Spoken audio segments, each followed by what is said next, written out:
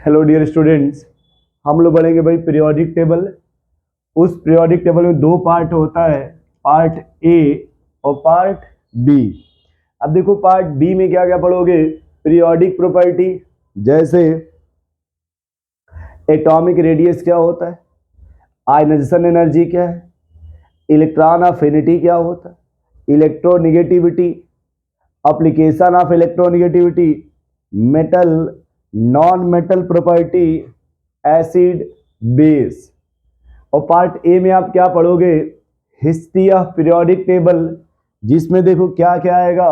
पहले इसमें क्या पढ़ेंगे भाई, प्राउड हाइपोथेसिस, प्राउड हाइपोथेसिस, फिर लेवोइजियर क्लासिफिकेशन, लेवोइजियर क्लासिफिकेशंस।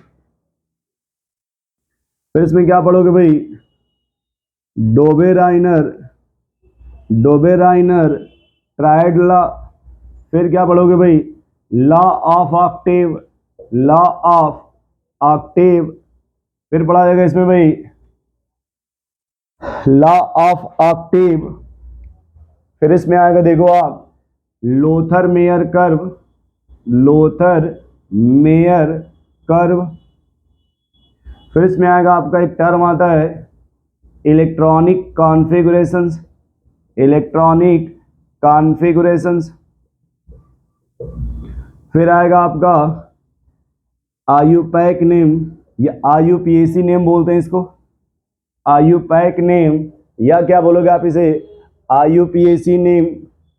और इसके बाद देखो और इसमें क्या आएगा, जैसे इसमें ग्रुप के बारे में बात की जाएगी, ग्रुप क्या होता है, या फिर पीरियड क्या होगा, ग्रुप पीरियड, है ना।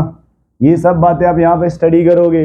और सबसे जो इम्पोर्टेंट वो पढ़ोगे आप जेड इफेक्टिव या effective nuclear charge, Z effective, या फिर आप इसमें से क्या पढ़ोगे, इफेक्टिव न्यूक्लियर चार्ज। ये इतने टॉपिक जो आपके हैं वो आते हैं हिस्ट्री ऑफ पीरियोडिक टेबल। ये जो आता है पार्ट बी, इसको बोलते हैं पीरियोडिक प्रॉपर्टी। इसमें कौन कौन आपका atomic radius, ionisation energy, electron affinity, electronegativity, application of electronegativity, metal non metal property क्या होता, एसिड एंड बेस क्या होता। अब इसमें से देखो जो स्टार्टिंग के प्रॉपर्टी हैं, जैसे ये जो टॉपिक होता है यहां से लेकर यहां तक, ठीक है, इन सभी पोर्शंस को बोला जाता है कि इस चैप्टर का ये कूड़ा कचरा है, ठीक है। ये कूड़े कचरे से कभी भी कॉम्पिटिशन में क्वेश्चंस नहीं आते। मान लो मे भी आगे नहीं तो इस टॉपिक से क्वेश्चंस नहीं आता, तो हमें अपने टाइम को सही जगह यूज करना है। क्योंकि अगर हम गलत टाइम पे टाइम बहुत ज्यादा दे रहे हैं, गलत टॉपिक पे टाइम बहुत ज्यादा देंगे, तो हमारा जो सिलेक्शन का चांस है वो कम हो जाएगा। दो टॉपिक होता है, एक टॉपिक होता है कि हमें जो आना वाला है जिसकी पॉसिबिलिटी है उसको ज्यादा पढ़ा जाए, एक होता है कि जितना सुने सब पढ़ा दो। आप आज से लेके बचपन तक जितना आपने पढ़ा है सबको पढ़ाओ, वो तरीका ओल्ड वर्जन होता है। लेटेस्ट में आप एनसीईआरटी के देखो तो जो एनसीईआरटी हर साल 2 साल 3 साल पे चेंज होती है। जब चेंज होती है तो नया वर्जन आता है, नया वर्जन तो नया चीज पढ़ा जाता है। तो हम लोग इसमें जो पढ़ेंगे वो नए वर्जन से पढ़ेंगे, नए वर्जन से पढ़ा जाएगा। ये जो कूड़े कचरे वाले टॉपिक है इसे नहीं पढ़ा जाएगा। फिर भी कुछ ना कुछ पढ़ा दिया जाएगा, ताकि हो सकता है आप कहीं नाम सुने होंगे और नहीं सुनेंगे तो आपको अच्छा नहीं लगेगा। इसमें जो मेनली देखो जो इंपॉर्टेंट है, जो टॉपिक सबसे ध्यान देने वाला टॉपिक है, जिसमें आप सबसे अधिक टाइम दे सकते हो, वो टाइम किस में दे सकते हो आप, इलेक्ट्रॉनिक कॉन्फ़िगरेशंस में। यहां से देखो चांस आयुपीएसी नेम से आने का।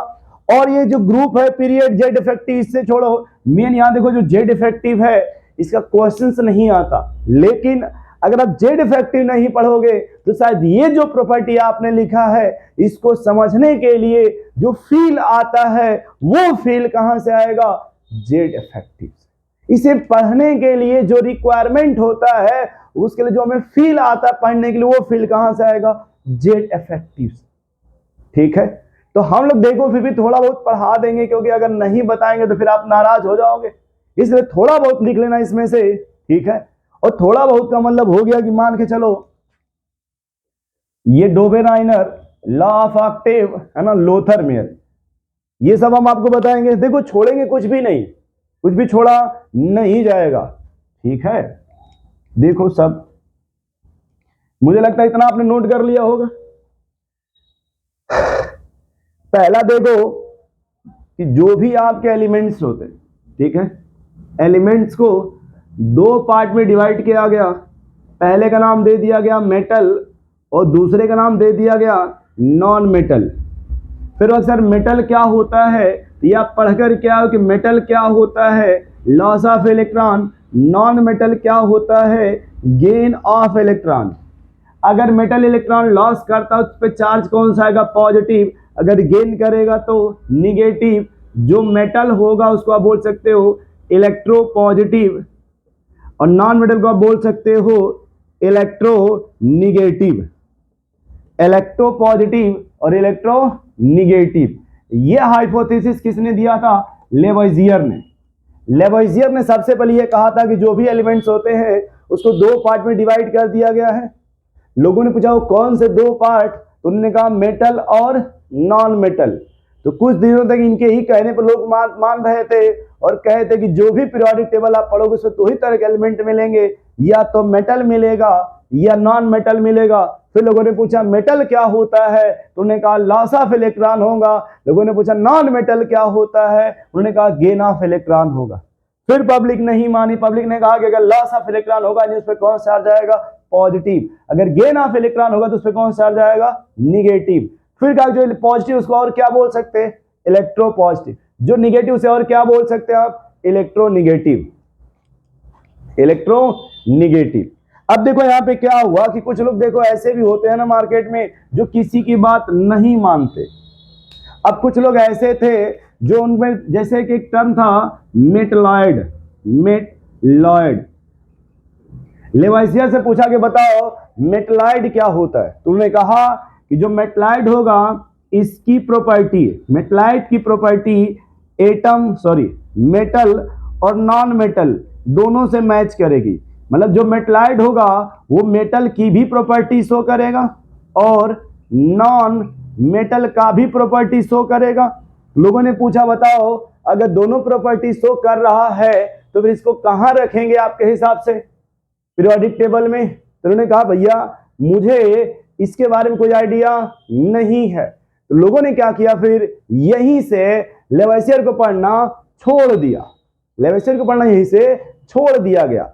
फिर उसके बाद आए प्राउट साहब, दूसरा आया प्राउट हाइपोथेसिस, ठीक है।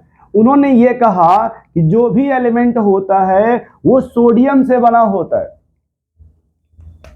दूसरा क्लासिफिकेशन था proud hypothesis. Proud hypothesis, proud ने कहा कि जो भी एलिमेंट्स हैं वो made up of sodium, made up of number of sodium, hydrogen. लोगों ने पूछा अगर मान लो सोडियम है किससे बना होगा, तो उन्होंने कहा n into atomic mass of hydrogen. लोगों ने कहा इसका क्या n क्या है, उन्होंने कहा नंबर ऑफ एटम। अगर सोडियम होगा तो वो 11 हाइड्रोजन एटम से मिलके बना होगा, ठीक है। किससे मिलके बना होगा, 11 हाइड्रोजन नहीं 23 AMU से मिलके बना होगा। लोगों ने पूछा फिर बताओ मैग्नीशियम किससे बना होगा, तो उन्होंने कहा n का मतलब 24 इंटू 1 AMU, यानी वो 24 हाइड्रोजन से मिलके बना होगा। या जो मैग्नीशियम का वेट होगा वो 24 हाइड्रोजन सोडियम के बराबर होगा। तो फिर लोगों ने पूछा बताओ फिर क्लोरीन का क्या होगा। तो जैसे ही मामला क्लोरीन का आ गया तो क्लोरीन को एक्सप्लेन करने के लिए होता है 30.5, और 30.5 कभी भी प्राउट ने एक्सप्लेन नहीं कर पाया, क्योंकि जो प्राउट की थ्योरी थी वो इवन नंबर पे अप्लाई हो रही थी, ऑड नंबर पे अप्लाई नहीं हो रही थी। तो जब क्लोरीन का एटॉमिक मास या क्लोरीन का इंफॉर्मेशन को प्राउट एक्सप्लेन नहीं कर पाए तो उनका भी मॉडल यहीं पे खत्म हो गया, ठीक है। उसके बाद फिर देखा गया फिर कौन आए, तो डोबेराइनर आए। कौन आए भाई, डोबेराइनर। अब देखो डोबेराइनर ने क्या कहा, डोबेराइनर ने ये कहा, पहले नाम अच्छे से लिख लो, डोबरीनर ट्रायड लॉ। इन्होंने कहा देखो अगर हमारा जब भी रूल वहां लगता है, लोगों ने पूछा तुम्हारा रूल कहां लगेगा, कहां अप्लाई होगा तुम्हारा नियंत्रित नियम। इन्होंने कहा कि पहले हमारा कंडीशन ये है कि हमारे रूल के लिए सेम ग्रुप होना चाहिए, सेम ग्रुप। दूसरा set of three element, set of three elements, three elements का सेट होना चाहिए। फिर उन्होंने कहा कि यहां पे जो भी सेकेंड एलिमेंट होगा, सेकेंड एलिमेंट उसका जो वेट होगा वो अप्रॉक्स इक्वल होगा फर्स्ट एलिमेंट प्लस या first element and third element का एवरेज होगा। ठीक है, तो ये जो डोबेराइनर ट्रायल था, पहले उन्होंने कहा था सेम ग्रुप, जैसे मान के चलो आप लिथियम, सोडियम, पोटेशियम, ये सेम ग्रुप होता है। क्या होता है? Same group. तो ये जो भी डोबेराइनर ट्रायल था, ये एटॉमिक मास पे बेस्ड था, एटॉमिक मास। लिथियम का जो एटॉमिक मास था वो 7 AMU, 39 AMU। ये कि सोडियम कितना होगा, तो ये इन्होंने कहा कि सोडियम का हम बताएंगे जब भी वो, अगर मैं सोडियम का निकालना, सोडियम हो गया सेकेंड एलिमेंट, ये 7 प्लस 39 का एवरेज 2 कर देंगे, यानी जो सेकेंड एलिमेंट हमारा सोडियम हो जाएगा 46/2 यानी 23 आएगा। यानी सोडियम का अगर एटॉमिक वेट पूछा जाए तो इनका 23 AMU होगा। ठीक है, फिर लोगों ने पूछा बताओ क्लोरीन, ब्रोमीन, आयोडीन का क्या होगा। फिर क्लोरीन, ब्रोमीन, आयोडीन का, तो इन्होंने कहा कि अगर हमें ब्रोमीन का पता करना, किसका? ब्रोमीन का। क्लोरीन का होता है 35.5, ब्रोमीन आयोडीन 127, ये ऐड कर दिया जाएगा तो कितना आएगा बताओ? 162.2, एक सेकेंड, 7.5 हो जाएगा ना, 162.5 डिवाइड बाई 2। 162.5 का मतलब ये देखो कैसे हो गया, ये 127 है ना, तो 7 और 5 12 और 2 और 3 5 और 1 6, जब 2 से डिवाइड किया आ गया तो 81.25 था, 81.25। तो ब्रोमीन का लगभग मान लिया गया कि किसके अप्रॉक्स इक्वल होता है भाई? 80 के, यानी जो इसका एवरेज आ रहा है वो लगभग 80 के बराबर आ रहा है। और ब्रोमीन का एटॉमिक वेट कितना होता है? 80।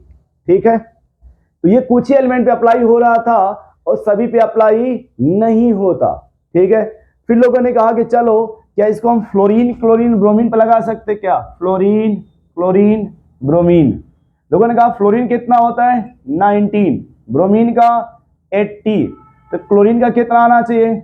90 प्लस 80, मान लो डिवाइड कर दो 2। कुछ समय के लिए मान लो कि हम 20 मान लेते हैं, 19 को 20 मान लो, जैसे 20 करोगे 80 20 100 हो जाएगा क्या? अब 100/2 हो जाएगा, 2 से काटोगे 50 आएगा क्या? अब क्लोरीन का देखो कभी जिंदगी में 50 नहीं हो सकता ना, तो इसीलिए ये भी रूल क्या है? फेल हो गया, क्योंकि कुछ ही एलिमेंट पे लग रहा था, सब पे अप्लाई नहीं हो रहा था। जबकि देखो सेम ग्रुप है फिर भी सब पे अप्लाई नहीं होता, जब सब पे अप्लाई नहीं हो रहा था तो फिर ये भी फेल हो गया, डोबेराइनर भी क्या हो गया? फेल हो गया। तो कभी पूछा जाता है डोबेराइनर के लिए क्या, तो याद रखना सेम ग्रुप होना चाहिए।